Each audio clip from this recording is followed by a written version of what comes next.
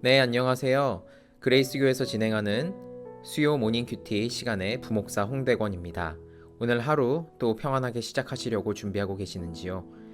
여러분의 그 모든 삶이 하나님의 말씀으로 인하여서 더욱더 차고 넘치시기를 간절히 바랍니다.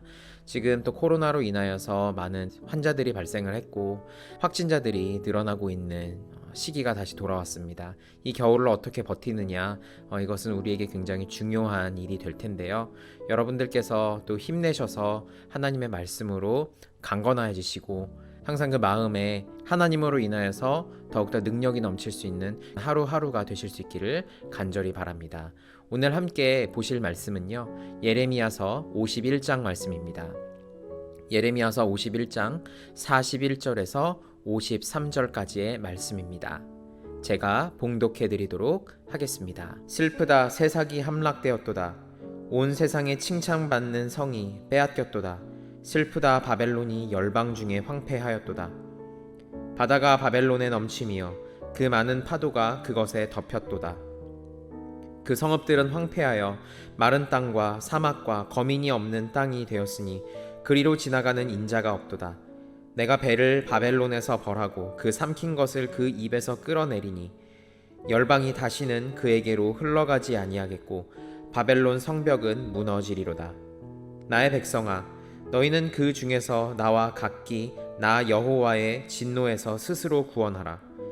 너희 마음을 겁약하게 말며 이 땅에서 들리는 풍설을 인하여 두려워 말라. 풍설은 이 해에도 있겠고 저 해에도 있으리라. 경내에는 강포함이 있어 관원끼리 서로 치리라. 그러므로 보라, 날이 이르리니 내가 바벨론에 조각한 신상들을 벌할 것이라. 그 온 땅이 치욕을 당하겠고 그 살육당한 모든 자가 그 가운데 엎드러질 것이며 하늘과 땅과 그 중에 모든 것이 바벨론을 인하여 기뻐 노래하리니 이는 파멸시키는 자가 북방에서 그에게 오미니라. 여호와의 말이니라.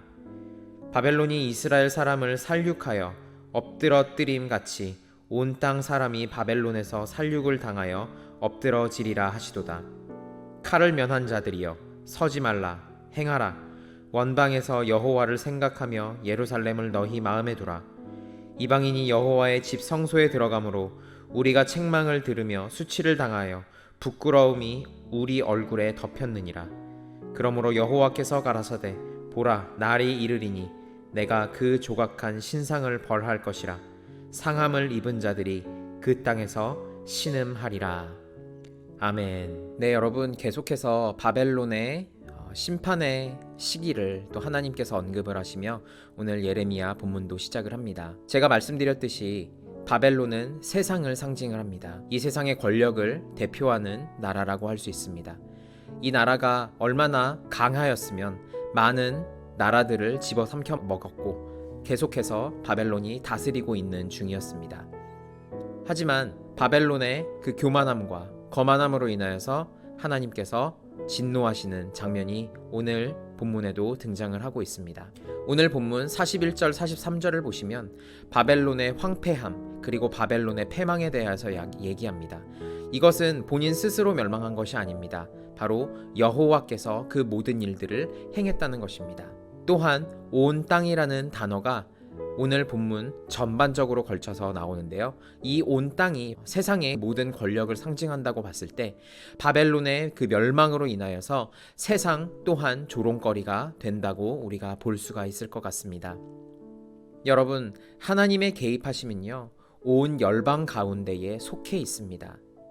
하나님의 한마디로 인하여서 세상이 굴복하게 될 수밖에 없는 것입니다. 저는 이 하나님의 말씀을 생각을 하면서 중국이 떠올랐었는데요. 중국이 최근에 이제 스마트 시장을 공략을 하면서 중국 정부에서 지침이 내려왔다고 합니다. 중국은 공산당이기 때문에 중국에서 한번 지침이 내려오면 그 전 중국 본토가 그 명령에 따라야 하는 상황입니다. 민주주의 국가라면은 여러 군데에서 다른 의견들이 제시가 되겠지만 중국은 그렇지 않습니다. 한번 당에서 발표를 하게 되면 모든 국민들이 그 명령에 따라야 하는 것입니다. 그것이 공산 국가입니다. 여러분, 15억 중국인이 그 한마디에 복종을 하게 된다면 어떤 일이 벌어질까요? 바로 스마트 디지털 제품들을 만드는 그 모든 회사들은 부자가 될 수밖에 없습니다. 그래서 알리바바 혹은 텐센트 등이 상장이 되면서 디지털 기업의 급부상이 이루어져 있습니다. 이것이 바로 중국의 무서움입니다. 사실은 중국은 다른 곳에 손을 벌리지 않아도 자국 내에서만도 충분히 모든 것들을 세계의 탑으로 만들 수 있는 국가입니다. 그만큼 중국의 강력함을 우리가 볼 수 있는 것이죠. 중국 당국의 한마디가 모든 중국인을 따르게 했었던 것처럼 하나님의 한마디는 모든 세상을 굴복시킬 수 있는 것입니다. 여러분, 우리는 세상이 전부라고 생각을 합니다. 하지만 하나님의 명령하심은 그 세상의 권력 위에서 모든 것들을 가장 선한 길로 이끌어 주시는 말씀입니다. 따라서 세상의 엎드러짐을 통하여서 우리 또한 주 앞에 겸손히 엎드려야 함을 항상 마음속에 기억하여야 할 것입니다. 여러분, 내 삶에서는 어떤 모습이 드러나고 있나요? 우리 모든 삶 가운데에서 세상을 향한 하나님의 선포하심이 드러나는 삶을 우리는 살아야 하는 것입니다. 말이나 행동에서도 하나님이 주권자이심을 인정하며 우리가 그 주권을 두려워하는 삶을 살아야 합니다. 이 두려움은 공포에 떨거나 무서운 대상으로 인한 두려움이 아니라 우리보다 훨씬 더 높은 경배의 대상, 우리가 꼭 존경해야 할 대상으로서의 두려움입니다.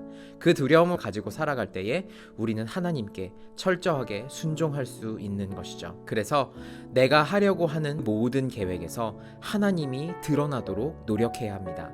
이것이 쉽지는 않을 것입니다. 하지만 우리가 매 순간마다 생각하는 것이 하나님이 되어야 한다는 것이죠. 사람의 생각 위에 계신 그 주님께 우리가 항상 지혜를 구하면서 그 지혜를 가지고 준비하면서 한 걸음 한 걸음 앞으로 나가야 한다는 것입니다.